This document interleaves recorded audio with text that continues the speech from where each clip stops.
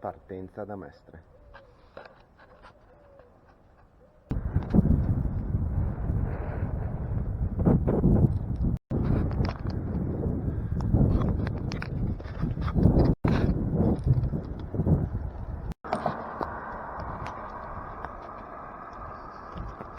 Ed ecco finalmente il primo ponte sul Piave dove pianterò la tenda.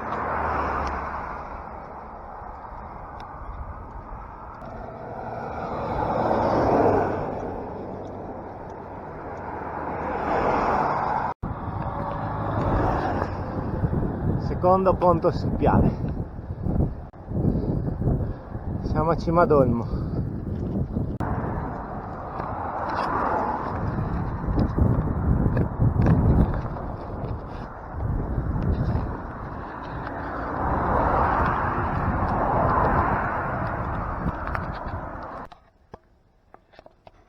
Eccoci qua.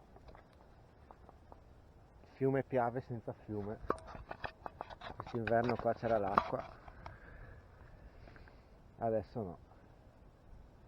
È là più in fondo. Andiamo a cercare dove piantare la tenda.